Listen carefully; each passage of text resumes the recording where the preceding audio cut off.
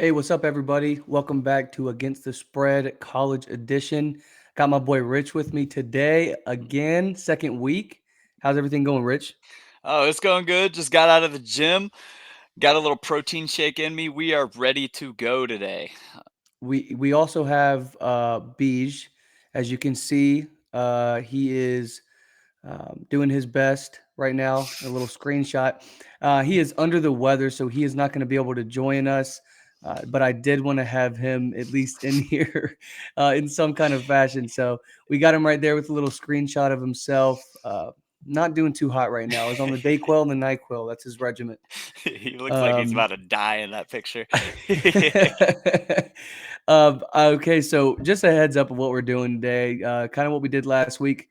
It's going to be kind of a regular for us. We're going to recap some of the games we talked about last week, as well as I think there's one or two that we didn't actually have on our upcoming games that actually turned out to be really good. We're going to have the college football playoff. We're going to have some of those picks on there, ours versus theirs. Then to wrap everything up, we're going to have the upcoming games and our best bets of the week. So let's go ahead and hop on into it, Rich. Let's go recap. We have Georgia and Missouri. This was a pretty interesting game for me. Obviously, I was sweating a little bit during this one. Yeah. Georgia did end up, you know, winning 30-21, only a 9 point win. I know a lot of people when they look at this game, they say, "Oh, 9 point win," but you got to admit, Missouri's not a bad team. Number six, their defensive end looks like a grown man. He's going to play in the NFL for a long time. That's what it's looking like. Luther Burden, amazing player, like hands down, great player. Georgia wanted him.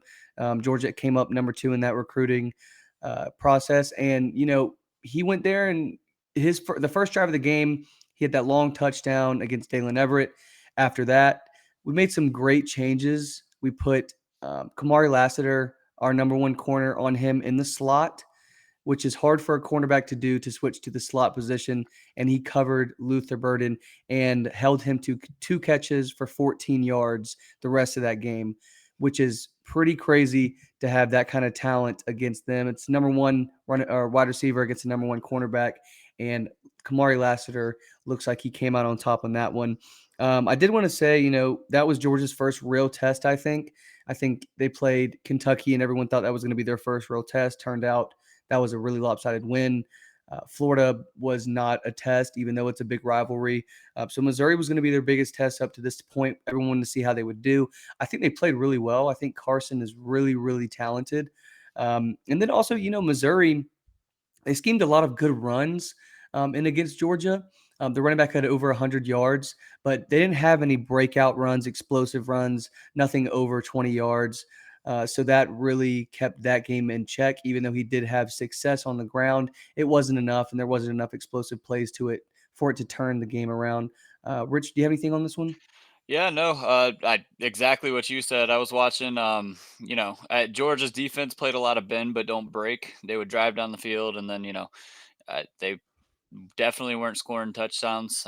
Carson Beck didn't turn the ball over, so that was really nice by him.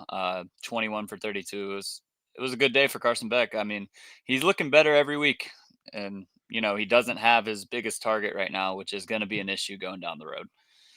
Hey, so what do you think about Carson just not having that first year starting? He doesn't have a game yet where he did awful. He didn't have that game like Joe Milton had or Jalen Milrow had or Drew Aller for Penn State. He hasn't struggled like any of these first year quarterbacks. He looks like a veteran back there, and I think that holds a testament to Georgia's 21 and 22 defense that he was playing against in practice this whole Yeah. time. I think that really prepared him for what he's going against now. Yeah, and there's not really like reads that I see him not making. I mean, he's making the read that he should most of the time, and he's throwing the ball really well. Like his arm talent is crazy for a first year quarterback. It's really impressive. We'll see what he can do, and against a little bit like better defenses, like this Tennessee game coming up. I think it's going to be huge. This Ole Miss one. I mean, he's going to have some holes in that defense that he can throw against. So we'll see how he does going forward. Hey, speaking of good offenses and really bad defenses, let's go to this Washington USC game that we got. This was a Basketball treat, game, man. man. We knew this was going to be a high scoring game. Everyone knew it was going to be a high scoring game. Before and last week in the podcast, I think we all talked about Washington covering in this one. None of us had it as our best bet for some reason, but they ended up covering. Everyone saw Caleb Williams crying on the sidelines after to his Little mom. baby back. Pretty emotional, pretty emotional guy. You know, he paints his fingernails and stuff, so the guy's emotional. 52-42 was the final score. This is just everyone's offense gets right against USC. Okay, so Washington has been struggling for the past 2 games after that Oregon game, getting their offense clicking again. They haven't been able to do it. This game was the game that turned it on. And I think a padlock stat for all of it was Washington's running back Johnson. He had over 250 rushing yards on the ground, right? He Mhm. hasn't had a game over 100 rushing yards yet. That's a padlock stat anywhere you look at it. If you have Penix and then you have your running back get over 250, you're winning that game, 9 times out of 10. I think Washington's defense didn't look great. But they're playing Caleb Williams, right? They're playing an explosive offense. You can't hate them for doing that. They won a shootout. You can't penalize them for winning a shootout. But I would love to see their defense kind of crack down a little bit more. I know that Caleb Williams kind of has a little bit of tendency to get into trouble whenever you rush 3 or rush 4 and you drop everyone back. He kind of gets caught up in looking too much and gets sacked, or he throws the ball into some bad coverages sometimes. But did you have anything on this game? Uh, I mean, it's pretty much what we all thought it was going to be, a shootout. Eh, I actually, this is the first week I feel bad for Caleb Williams because that dude straight up balled against the resume against top ranked teams in general has been pretty piss poor for Caleb Williams, but he balled this game and his defense just can't get a stop, man. Just They're one just stop. bad. One stop, one or two stops, they probably win this game, but it's just Swiss cheese. That Grinch guy, I'm glad they fired him. They should have fired his Dude, ass I'm during the being so game. honest when I think, dude, if there was I think water holds up better than that defense. I'm Yeah. not even kidding. I don't even understand how that happened. I That is the worst. It is the worst defense in college at a Power 5 pristine program that I have seen in a long, You long could time. legitimately get our sophomore year flag football team in college, put them out there with 7 players, and we would probably do better against any offense that they've played. This stretch is horrible. I mean, they've allowed 40 points, I think, almost every single game since I think like 6 weeks ago or something crazy like that. It's insane. I don't understand how you can be this piss poor at defense.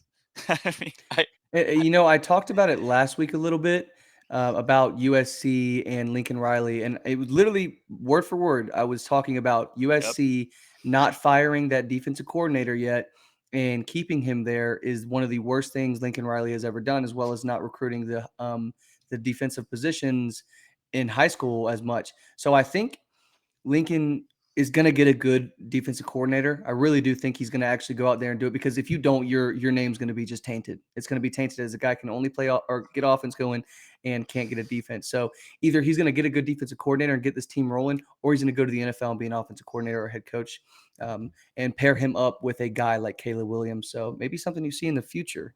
It would be Um, interesting. let's go ahead and head into this Kansas State Texas game. That was a Dude, I don't know great about game, you. man. I don't know about you, dude, but it was 17-0. I had Texas minus 4.5. I'm laughing. I'm talking to my dad. I'm like, dude, I knew it. I should have said it on the podcast. I'm like, this is ridiculous. This is ridiculous. I turned the game off. I mean, Texas has like 3 turnovers. After that, they have a interception and 2 fumbles, and Kansas State comes back into this game. It ends up going to overtime. Kansas State played phenomenal. Really balanced team, man. Really Yeah. balanced team.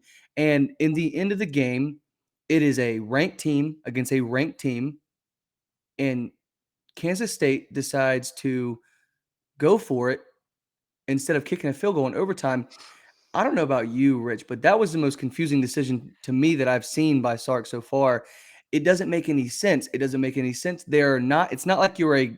It's not like you're a Kansas 3 years ago when you're like 0-11 and you're trying to beat a Mhm. Texas team and you go for it on fourth down or you go for two in overtime to beat them, something like that. No, you're a ranked team and you just won the Big 12 championship I last know year. exactly. What's the problem? What's the problem here? Why are we going for two, or why are we going for it on fourth down when you can easily just kick that field goal, rely on your offense again to go and score, and then maybe hold Texas to no touchdown if you score, or maybe no field goal or something, because you had the chance. It's not like you didn't have a chance to beat them. I think they got selfish. I think they made a bad decision, and I think that definitely costed Kansas State a win because they had all the momentum in the world at that I point. I completely agree. Yeah, I mean, like they roared back from 17-0 on a bunch of turnovers, and there is nothing that gets a football team up more than just coming back from a deficit that large. And I mean, you had Will Howard just bawling out of his mind.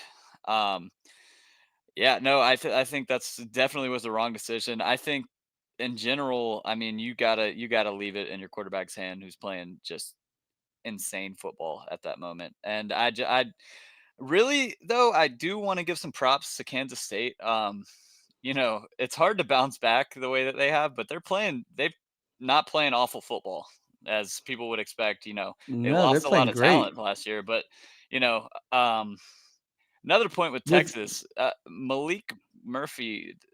Did we not get a Manning last year?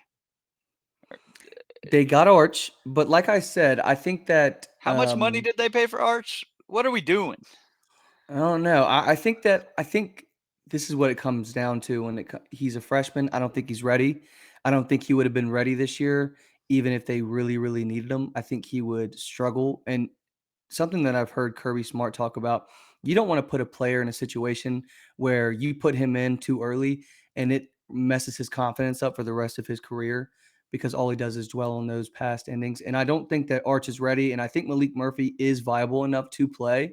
And I think he's good. I don't think Malik Murphy is bad at all. And I Hmm. don't think everything was on him. I mean, you did see them. They had two fumbles Yeah. that they lost, and then they didn't get any turnovers themselves. I don't think, maybe one, but I don't think they had any turnovers themselves. So when you put yourself in a situation when you're -3 on turnovers, it's not gonna bode well for you in the end. And I don't think that you can put that all on a quarterback. But I do understand, just as a fan or a fan of college football, looking and going, hey, you got Arch Manning. It's a big name. Let's just see what he can do. So I don't hate that. I don't hate that I'm at just all. kind of looking at it as like a business now, because you got to think how much how much money did those boosters raise to get this kid to the college, and then we're not. I guess he's not ready. I mean, he really has to not be ready. It was a million plus, I'm pretty sure, to get him to Texas.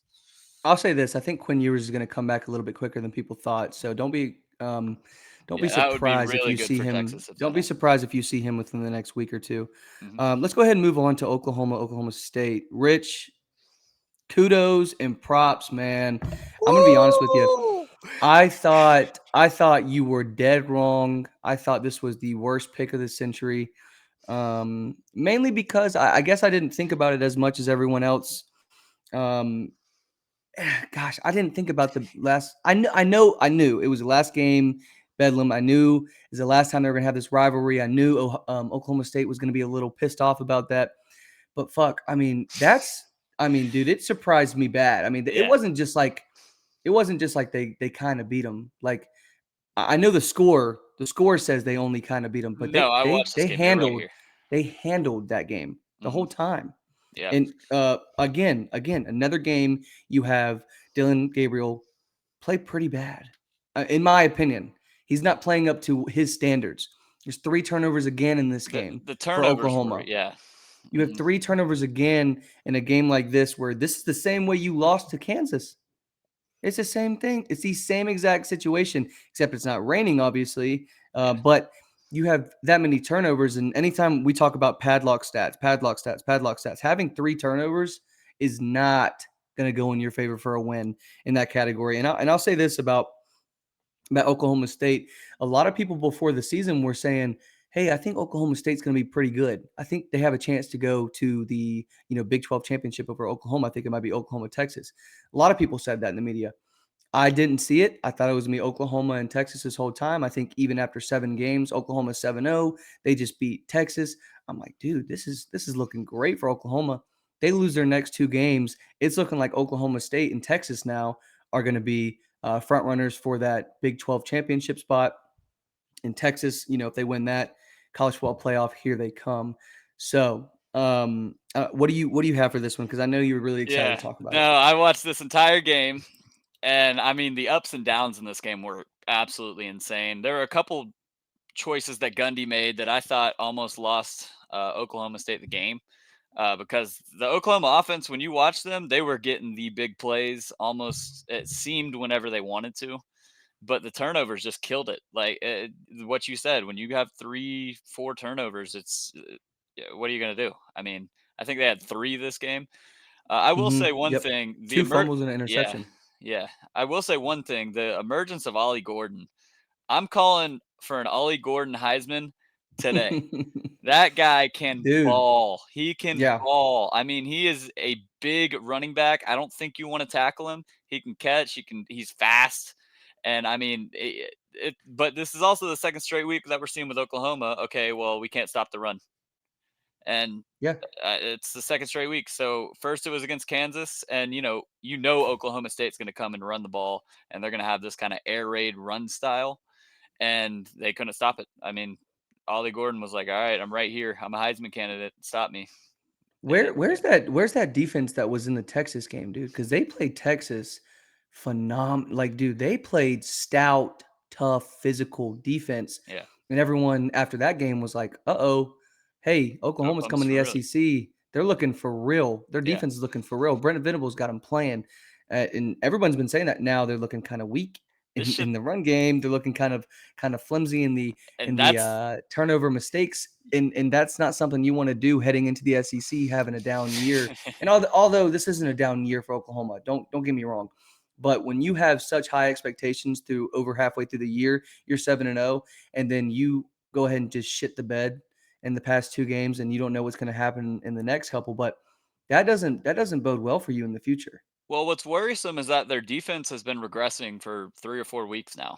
I mean, Right. Venables is supposed to be this defensive mastermind, and it's slowly regressing after the Texas game. It's like they won that game, and then they were just like, "All right, we're in the championship. We'll see you there." And then they A just little forgot they had to play complacent. football.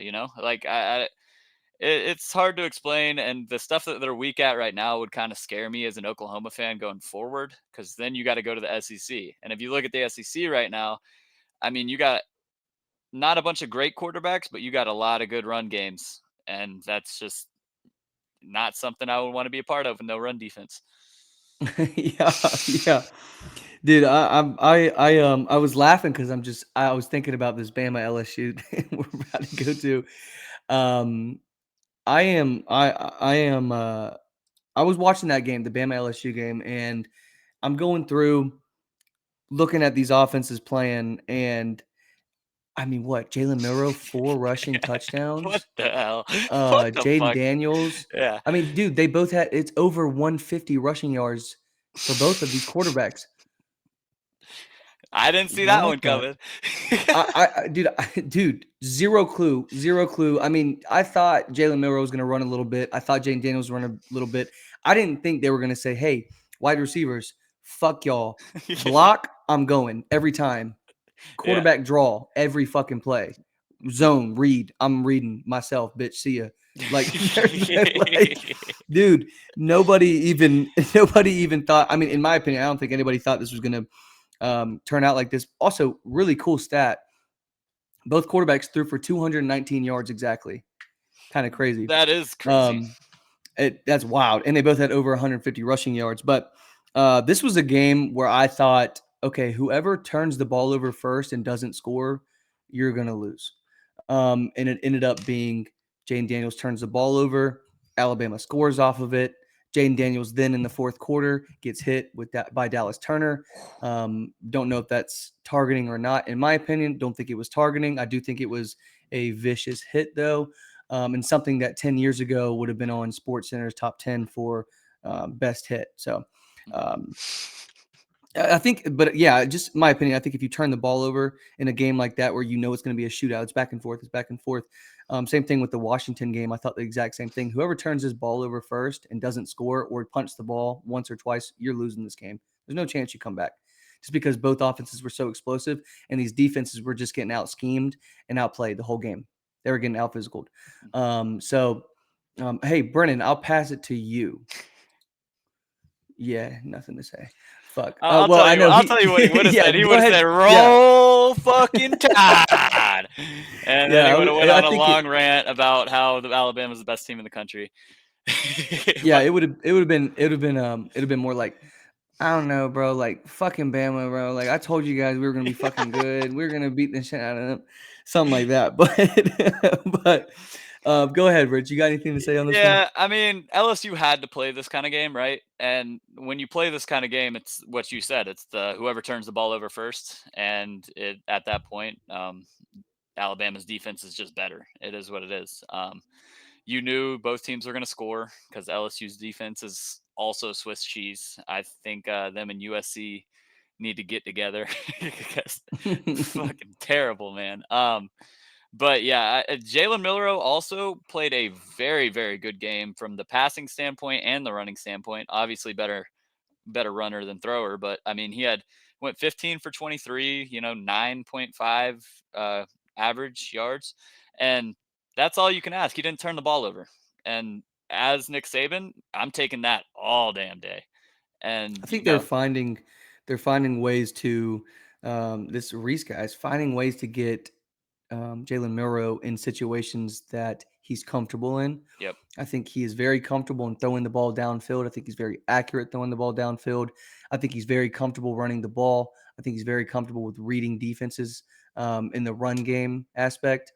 I do think and obviously I've told you this, I think he struggles in those 10 to 20 yard range, yep. intermediate passes. How many times do you see him throwing over the middle within 10 to 20 yards? How many times you see them I mean, putting him in that if he does, situation? the other team has the ball right after that. So I mean, Exactly. You don't see them putting him in that situation though. I yeah, think that the main thing about Nick Saban is you have to find out who your guy is and how he plays because you don't have Bryce Young, you don't have Tua back there or Mac Jones anymore. You have a different quarterback. It's different. It's not what you've had recently. But he knows how to get a guy like this going, and I think he's done a really really good job at playing to Jalen Milroe's strengths and minimizing the amount of times that he's throwing over the middle or throwing within those cover two zones that he struggled in a little bit versus Texas and some other teams. yeah, But completely agree. let's go ahead and get into our next segment. Really, really excited about this college football playoff segment. Hmm. Could not be any more happy to get in the second week of the rankings.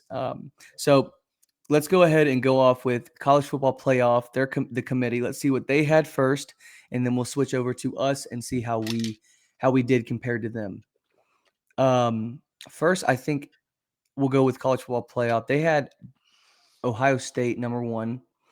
Number two, they had Georgia. Number three, I think Michigan is still in the exact same spot. They got Michigan at three, and then four is Florida State.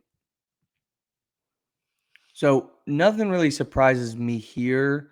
I think that they didn't see enough, obviously, from week one to week two of these rankings to change anything. I think they kept everything the same. I am kind of confused on. I don't know. In my opinion, I don't understand why they didn't move Georgia up after they played Missouri, a top 15 team, and if you watch the game, beat them pretty handily without their best player on offense, Brock Bowers. So um, I don't know.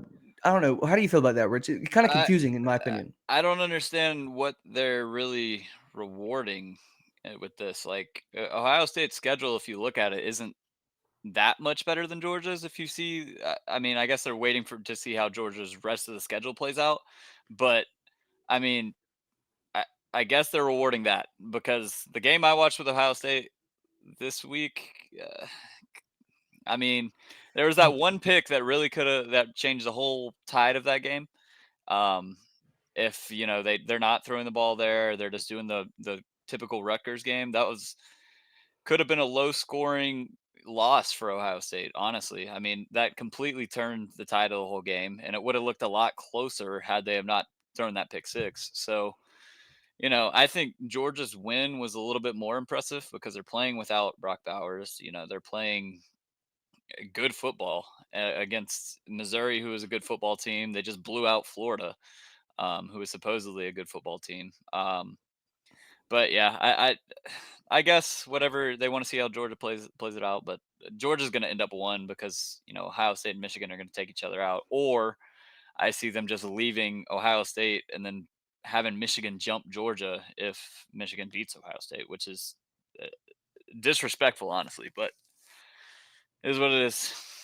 Yeah, I think we'll see how it turns out. Obviously, we got a couple more weeks left in the regular season, but um, I don't know. I think that you struggle against Wisconsin, you struggle against Rutgers, and then they reward you by putting you at one. When really, if you look at that Notre Dame win, where they had to score a last second touchdown to win the game, and Notre Dame has 10 players on the field, Notre Dame doesn't look great. That offense looks atrocious. Mhm. Sam Hartman, I think, has the last 3 games. He has multiple picks in those games.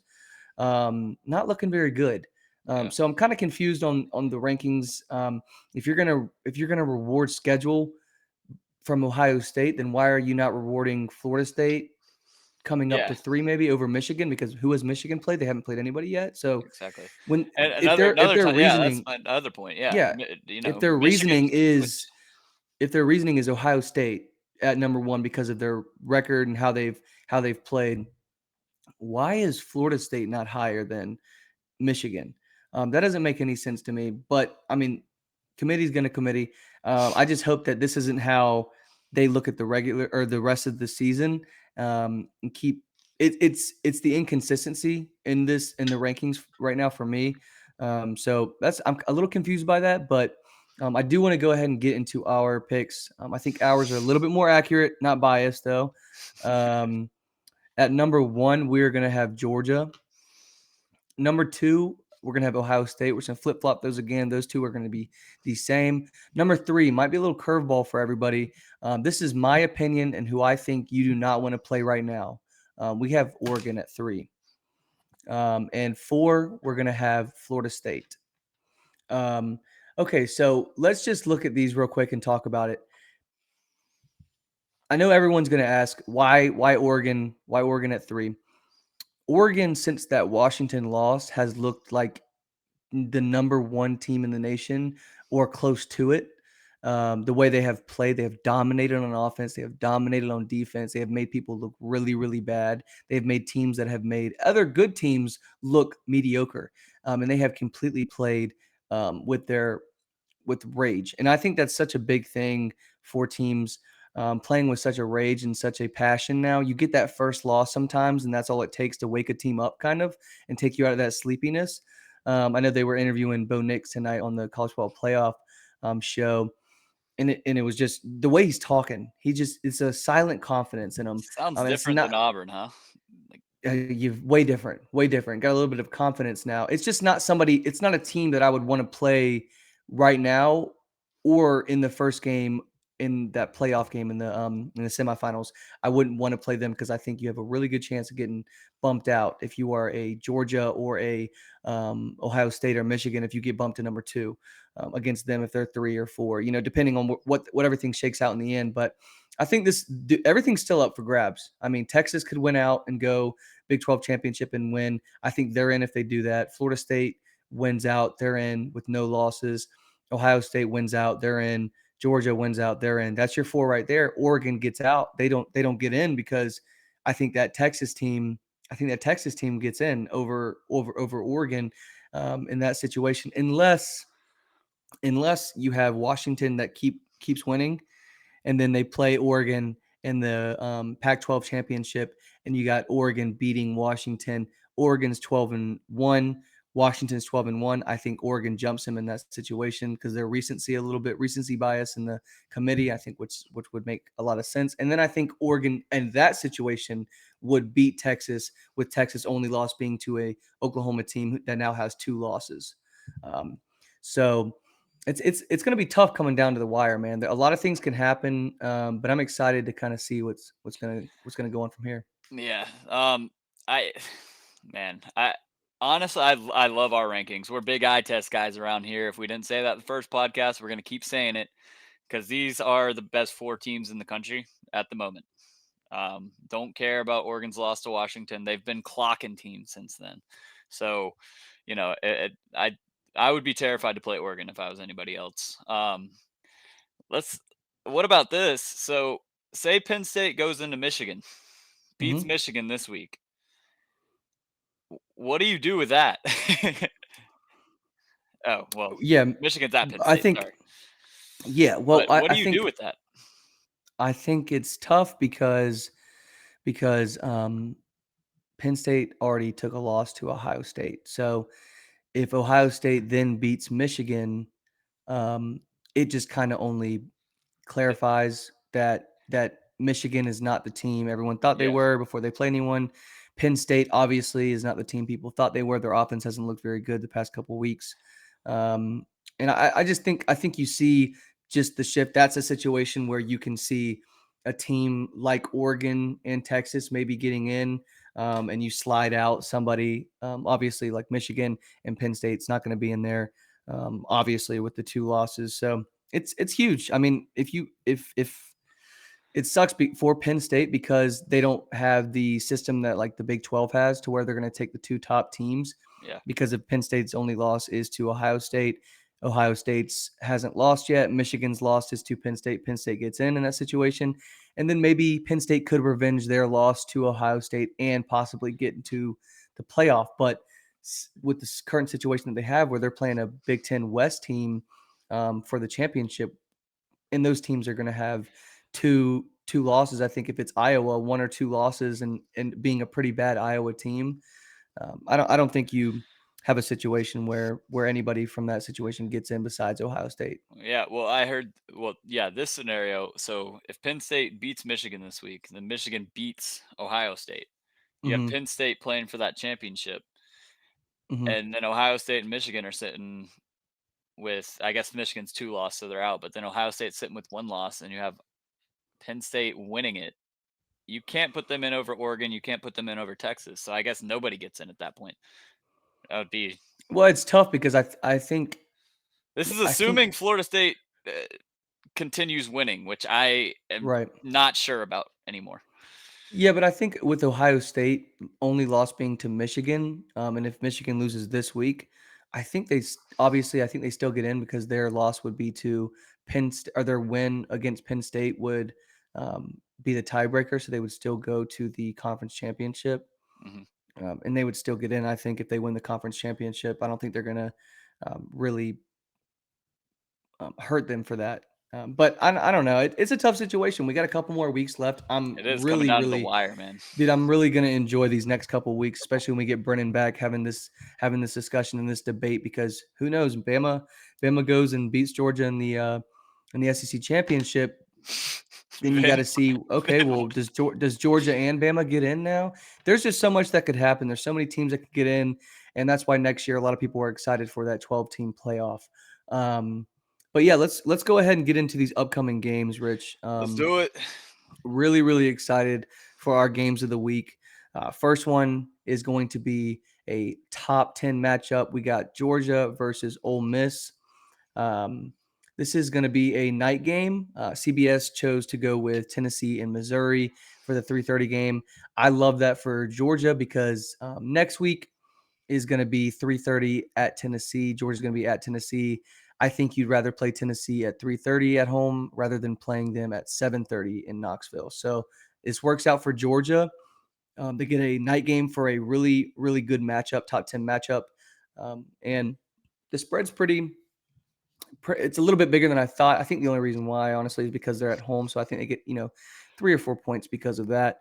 Otherwise, I think it would be around a touchdown favorite, which seems pretty accurate to me. But let's kind of go into this a little bit. I think the main thing for Georgia is can they stop the run and can they make Dart confused? Can they confuse Dart enough to get a takeover or two and stop that run to where they kind of null out that offense, and then Georgia's offense rolls. Because if Georgia's defense starts rolling and their offense is going, and you're stopping Jackson Dart, making him turn the ball over once or twice, I think it's a clear win for Georgia. Also, I think for Ole Miss to win this game, you're going to have to get to Carson Beck and make him make mistakes as well.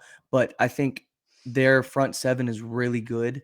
I think it's good enough to go and attack Georgia and try to sack Carson Beck, obviously, and try to make him make mistakes in the air, which he has not really up to this point made any crucial errors that has cost his team the game. So those are the 2 points I think that are big for both teams. And to see who will come out in the top of this one, I think Georgia wins. I don't know if they cover. That's a big spread for a game like this. Rich, you got anything on this one? Yeah, no, I agree with you. I'm leaning though that Georgia would cover this. I think it's huge that um, you know, Carson Beck is as mature as he seems right now, and I don't see Ole Miss forcing any turnovers on defense. I mean, they just gave up 35 to Texas A&M, and I'm not gonna sit here and act like Georgia doesn't have just as good of an offense as Texas A&M. And I think Georgia's defense has the ability to get stops against Ole Miss. They do have to shut down that run though. They can't do the same shit they did last week with the running back from Missouri. And if they do that, then just play the bend but don't break defense, and I think they'll be fine. Yeah, if you're Ole Miss, I think you try to attack Georgia in a weak spot, and I think the weak spot for them is the quarterback run, quarterback draw. We're really susceptible to that on defense. I think mainly with our middle linebacker JDJ coming out for a broken forearm or fractured forearm. That's a spot you're going to have to attack. I think if you're Ole Miss, you really want to attack that with um, quarterback run, in my Yeah. opinion. So we'll see. And also, little tidbit from some Georgia insiders. I think Brock Bowers might play. So just a little heads up for you Uh-oh. guys. Just a Wait, little heads up. I think he might play. we got insiders now? Um, little insider for you. Okay. Alright. I went there. I went there, so I got a A little inside juice left info. in the I love tank. it. Let's go. um, let's move on to this next game. We were just talking about it with that preview of the college football playoff. We got Penn State and Michigan. Um, this is a big one. This is a big one. Um, I'm I'm excited to see Michigan play against a really good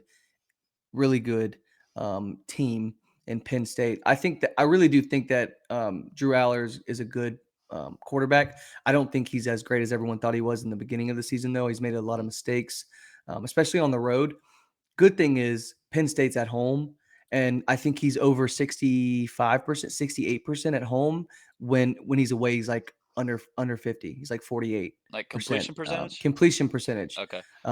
Yeah, so I think that really hurts Penn State when they're on the road. At home, though, you're going against a Michigan defense that has looked pretty decent, in my opinion. And when I say pretty decent, I mean shutting out pretty much everyone they've played, although it has been cupcakes. And then you got Michigan's offense, who has, and also I think JJ McCarthy's way better than people thought he was going to be this year. Even though I do think that he was getting good hype, and obviously you had that other quarterback, Cade McNamara, transfer to Iowa because of JJ starting.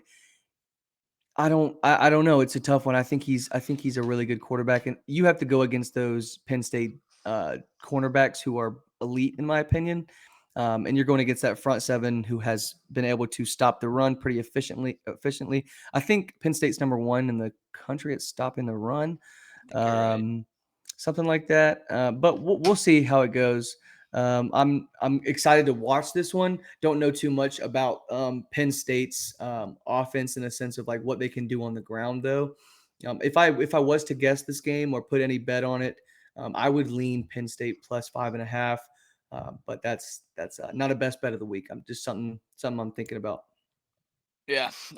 And I really think, I mean, this is the litmus test for Michigan. I mean, it's are you good enough to face Ohio State? And this is one of the hardest environments to play football in. I kind of wish it was a night game, but I'm happy that I get to like wake up, get out of bed, eat some brekkie, and then watch this game because this is going to be amazing. This is a new big noon kickoff, no? Yeah. It Oh, so is you got for Clad sure. announcing it and everything. Yeah, I'm excited for it. Yeah, I mean, I think Drew Aller played pretty good last game, so maybe he has some tricks in the bag that we haven't seen yet. Maybe we'll have to see. But yeah, Michigan's just been a freight train all year. So can Penn State stand up It's to a this? it's a huge, huge game for Yeah, Michigan. I think you've been touted as a cheating scandal team now. yeah, And just like, a reason why they're not in our top because they are. four. Yeah, yeah, exactly. And a reason why they're not in our top four mainly is because one, I want to see if they can beat teams that are good. Um, and I think also the committee bumped Penn State up to the top 10 Yeah, just for this specifically for matchup. this. Yeah, specifically for this matchup. But I want to see how they play against a good team. Mhm. And then I want to see if your team can win without cheating. Now, I don't know if they're some things that I've heard is that, Michigan, even though they have, Connor Stallions retire or like resigned from the team and he's no longer there, and Jim Harbaugh had no idea this was going on, all of this stuff. Um, I think that it's weird because does if you're Penn State, you obviously have switched all of your play calls in a sense of like your signals.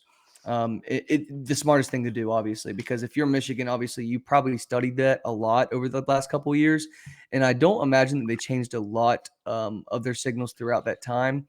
So um, I don't think that's going to be something that can help Michigan in this game, and I don't think it's something that Penn State's going to have to worry about at all. So I think we're going to see mano a mano and see who can come out on top on this one. Another Um, storyline though is that Penn State's been kind of the third wheel uh, in this conference, and it's about time they step up and beat somebody. Or Franklin has nothing to show for his turn flipping a program. Essentially, I mean, he's got yeah, to be one of the two. I think Franklin has stayed in this position too long, in my opinion. I think he should have left around the time that Saquon Barkley left. He was in prime position to be a head coach at a major program. I think he turned down a really big job. Yeah, I can't remember exactly what it was, but he did turn down a big job when he could have left. And I think Penn State's a good program. You're just always going to be third fiddle yeah. if you're But if you Penn beat State. one of these teams, then you might be a premier team. You just got to Yeah. beat them. I just think always in the eyes of the public and Yeah, the yeah, eyes of yeah, everyone else, you're always going to be third fiddle. And even to these recruits, if you're a high school recruit or even a transfer, if you can go to Michigan, Penn State, or Ohio State, you have the pick of all three. Penn State's not your first pick. yeah. Might It's be not my a big of second. I mean, it's personally, it's not as big of a brand, yeah. in my opinion, as Michigan or Ohio State. So they struggle in that department. But I'm really excited for it. I think Penn State has a chance to cover, so something to look forward to. Let's go ahead and move on to Washington and Utah. This is an exciting one, dude. Love Utah's defense, obviously, and you love Washington's offense. But a sneaky little fact I just want to kind of throw out is that Utah's offense is pretty fucking good, dude. Utah's offense is one of the most balanced in the country. I Yeah. mean, they throw for like over 200 a game, rush for over 200 a game, and that's like not. I mean, their averages obviously are more, but I mean, if you want to look at their last couple games, just in particular, I mean, they're pretty on par with each other, rushing and throwing. So I think that it's a really, really balanced team that could give Washington some problems. Luckily for Washington, though, they did get that offense rolling finally this past week against USC. So do they come out and are they as explosive as they were last week? Did that give them that fire that they needed to not be complacent anymore? You're a 9-0 team for the first time in a long time. First time you get to be in the playoff probably since I think the first playoff in Yeah. 2014 when they Yeah. went the first time. So it's the first time in a long time your program has been back to where they are now. All you have to do is take care of these last couple games, and they are not cupcakes. But I think they can get a win against Utah. I just think that Utah is not a team that you kind of want to let hang around. It's not a team you want to let hang around, especially having some turnovers and some miscues could easily let a team like this into a game where they're not too much of underdogs to where you're just completely selling out and thinking you're gonna dub it up easy. That's in my opinion. Yeah. Anything on this one? No, Penix has got to be on his P's and Q's. I mean, he just cannot turn the ball over. Or Utah will do. I feel like Utah is in a good spot in this game to take the approach of, okay, we're going to keep it out of Penix's hands. What are you going to do? Because that defense, Right. I don't think they can stop anything really. I mean, you saw like they've been allowing big points against Oregon, USC. They did have that one dogfight with ASU, but like it's It's ASU. ASU. Yeah, they're not good this year. So I think Utah could grind this game slowly But I think away. Utah beat ASU like 50 something to 6. Uh, Maybe it wouldn't surprise me. I Dude, mean, but that's what I'm saying. Like, I mean, obviously, football, especially college football, is not one of those games and where you can just go, oh, they beat this team by this much, then that means they should beat this team by this much. exactly. It's not comparable in that situation, Too but much. it is good to look at. It is good to look at and be able to see, okay, well, how'd they fare against this team? How do they fare against this Yeah, team? How are they going to look when they play each other? Other than that ASU game, I think they're pretty on par with how they've played opponents, but Utah's let a couple slip. yeah. Um, I think We'll see no, how but yeah, Utah does. I think this is a good spot for Utah to just grind the ball away from Penix, and then Penix could be on the sidelines while he's watching them take a knee at the end of the game when they won by, I don't know, a touchdown or something. It could be that kind of game, and so Penix is going to have to take advantage of every single touch he gets, and if he Yep, I doesn't, agree. then Wholeheartedly agree with that one. I think that one's going to be a sneaky good one. mhm, Um, Next, we have Tennessee and Missouri. Obviously, Tennessee top 20 team, Missouri top 15 team still. Even after the loss to Georgia, they only moved down to 14, which shows you how good they played against Georgia. Um, let's kind of go into this a little bit. These teams are so comparable, dude. They are so comparable. They're yeah, very similar teams, in my opinion. Um, Although I think Brady Cook is better than Joe Milton. Joe Milton has looked a lot better recently. Um, they're both 7-2. First of all, they're both really balanced teams. Their defenses are both pretty solid. Tennessee's best defense they've had since Josh Heupel's been there. This has got to be the best defense that Missouri's uh, had since probably yeah, 2013 when they went to the SEC championship their first year in the SEC. So, mhm, um, really exciting game for them. I think the only thing that's tough is Missouri going to have Luther Burden because I think he got a sprained ankle in the fourth quarter against Georgia when he was trying to catch a deep ball down the field or something, got a sprained ankle going out of bounds. Um, I don't I don't know if that's going to be something that I don't know if that he's going to play or not. So it's a big mhm, situation for Tennessee because if you have their best player out, now you don't have to move your defense around to cover that guy specifically. You can just play your ball and let your team out physical Missouri because I think they can do that yeah, defensively against Missouri's offense. Because I don't think if Missouri turns into a really big one-dimensional team, especially just being able just trying to run the ball against Tennessee, I don't think they win this one. But Tennessee, if their offense starts rolling and starts running the ball efficiently, and then you got Joe Milton just throwing his little every once in a while, a little 10, mhm, 20, little yep, 5, little screen here, little screen there. I think you can get them rolling. So yep, we'll see how this game turns out. I think it's a tough one. Obviously, you see the spread is 1.5. I mean, no one knows. No one has a clue where this game is going to go. In my opinion, it should be a near a pick 'em. But yeah, I think if Luther Burden doesn't play, that spread moves to like 3.5, 4. So if you want to get that game, go ahead and get it now because it's going to move if Luther Burden doesn't play. yeah. I think Tennessee just I mean, they got to let Georgia know they're coming, right? So I think Tennessee could out physical Missouri here and just run them out the stadium. Could be one of those games. I think their defensive line is good enough to stop the run and get after the quarterback with just four. And if they blitz, then that's even better. Um, and then, yeah, like you said, I think they can run the ball. And if they get that run game going, then Milton's in rhythm. And, you know, I just think Tennessee could be the more physical team. And I think that's what it'll come down to. Yeah, but obviously it's going to be a close game. I mean, the 1.5 spread is nobody knows. Right. Yeah. No, I agree. Um, let's go ahead and move on to Oregon USC. This is, preseason big matchup. You're going to have two Yeah. premier programs going against each other. Now, I think the only reason why I wanted to have this game as a game of the week mainly is just to point out how good Oregon is next week when we talk about this game because I think that Oregon wins this game pretty handedly, dude.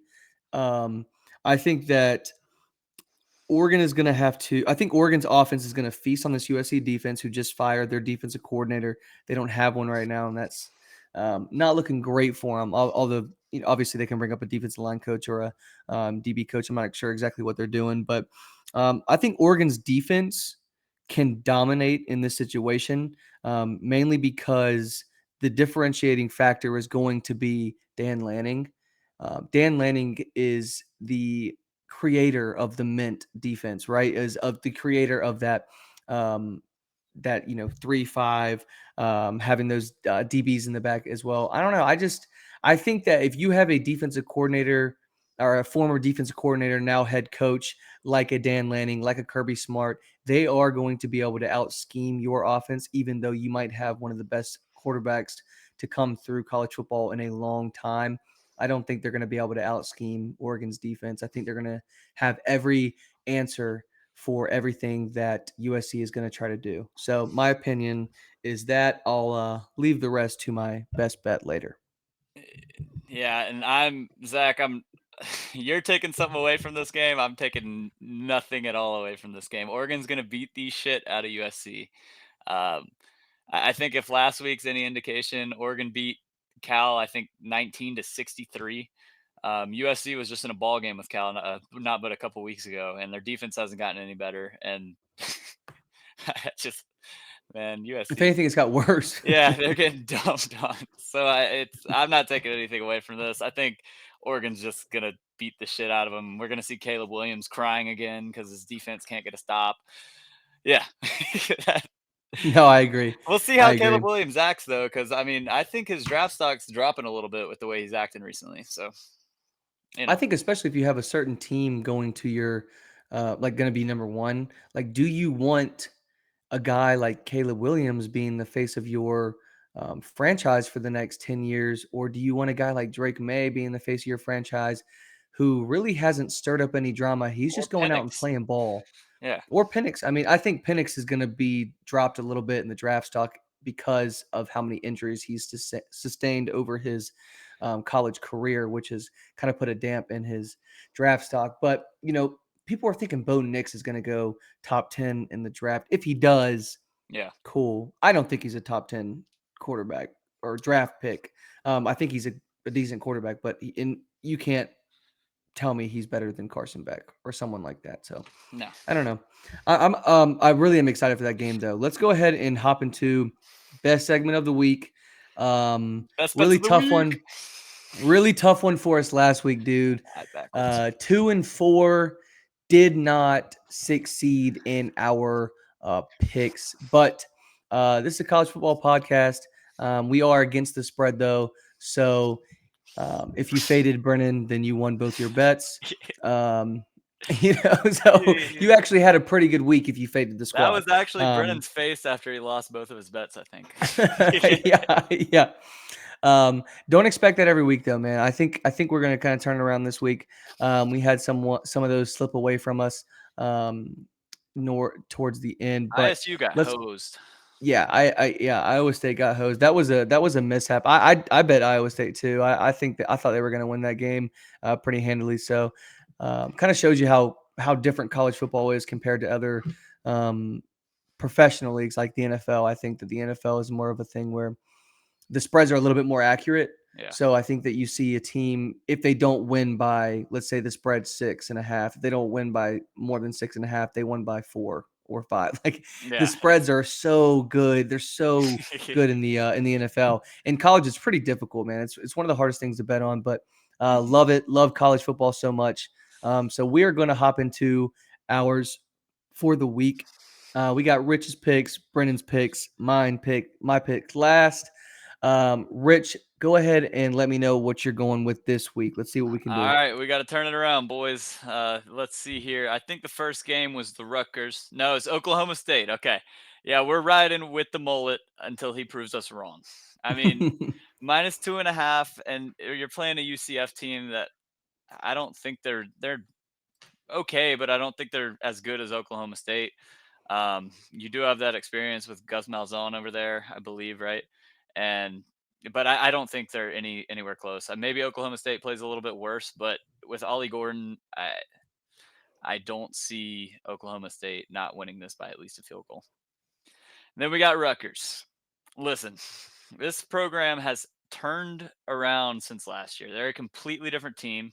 They're well coached and they play hard. And I really like this against an Iowa team that can't fucking score the football. It's literally impossible for them. They're as bad at offense as USC is at defense. I think they've I scored agree. like 20, more than 20, like twice this year, which is ridiculous. One of their games, they just won 10-7. Like, what are we doing here? I think Rutgers What's beats the them. over under in this game? It's 28. I don't know. Take the under. It's 28. It's 28. I'm It's taking 28. Dude, I'm taking the over just for the fucking The- bullshit that it's 28, only 28 points. That is a high school football game JV over under. That's fucking insane, dude. It's but to insane. be fair, Rutgers offense isn't great. I just think they're better than Iowa's offense. I like. I just think Rutgers It's is just going the to thing beat them. about it They're is better coach. Iowa's defense. Like, is Iowa's defense going to be able to stop Rutgers? Is Rutgers going to be able to actually move the ball on them? Yeah. And then when it turns around on the other side, is Iowa going to make some mistakes on offense and give Rutgers a chance to beat them? And So that's a really tough game. From watching the Ohio State game, I think Rutgers offense moves the ball pretty well. They just took a lot of field goals in spots where maybe they score against Iowa because they're not as good of a defense as Ohio State. We'll see. I agree. I agree. We'll see how that one turns out. Next, we have Brennan's picks. He's not here, so I'm going to help out with these. He is also telling you on the Oklahoma State pick. Um, I actually do really like that pick. I didn't want to bet it as well because I didn't want us to have 3 units on it and then lose. So it doesn't look good for the You don't trust pod the if that mullet happens. enough. I don't. But I did tell you last week that I didn't like that pick, and then it won. So, and they won outright, which is even better for you. Mhm. So second, he has Kansas at -3.5. Now, I don't know about this one. I think it's a lot of recency bias when it comes to Kansas.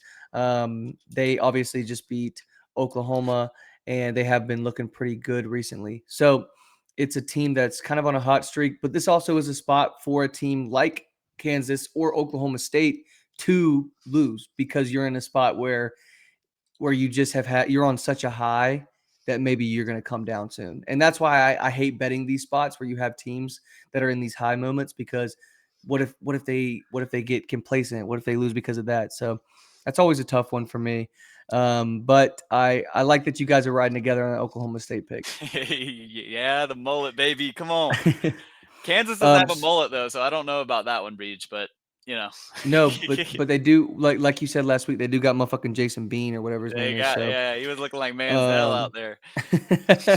um, so let's go into my picks. My first one is going to be Oregon -14.5. Like I told you, I think Rich also was really high on Oregon too. I think this is going to be a blowout game. I think Oregon wins it in blowout fashion. I think they make USC look really bad.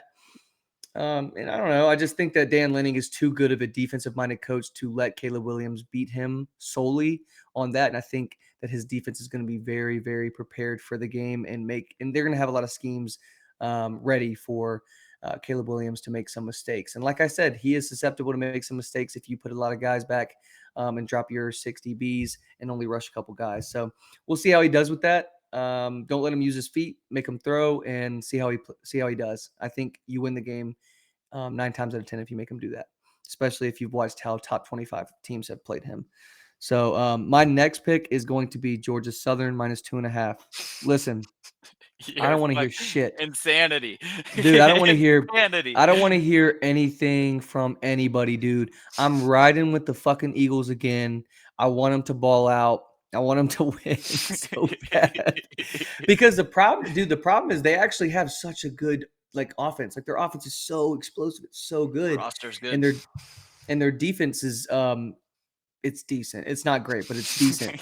But you just have like last week. I don't think that I really took into account um, how good. What's his name? I just forgot it. Finley. Finley. Yes, Finley. How good Finley was gonna play. I mean, he's obviously played against a lot of SEC talent, so putting him down there in Texas State kind of didn't bode well for Georgia Southern, and they kind of got caught with some shit I don't think they were expecting. So this week I think they roll. They have Marshall. I think this game, the spread would be a lot bigger in my opinion if it was at home at Georgia Southern. I think it would be near a touchdown. So go ahead, give me Georgia Southern to cover -2.5. I think they get it done this week. Let's try to turn this week around. I think we go 6-0. So Yeah. let's do it. Prediction, not a hot take. That's my prediction. Not a hot take. It's just a take that I might be hot about. Yeah. Um, okay, so listen, this is the second week of our podcast, man. I'm so excited to get in here every week with you guys and get it going. I know we didn't have Brennan this week, but he is a great addition to the podcast. And Rich obviously has been doing his homework and being so prepared for this. So I'm really excited about the next week's coming forward. Like I said last week, we're in the prime time of college football. Rankings are coming out. College football playoff is coming up, especially with that college championship weekend coming. So you guys stick with us and keep watching, and we have more coming to you guys soon. So thank you guys. See Thank y'all. y'all. Go Cowboys.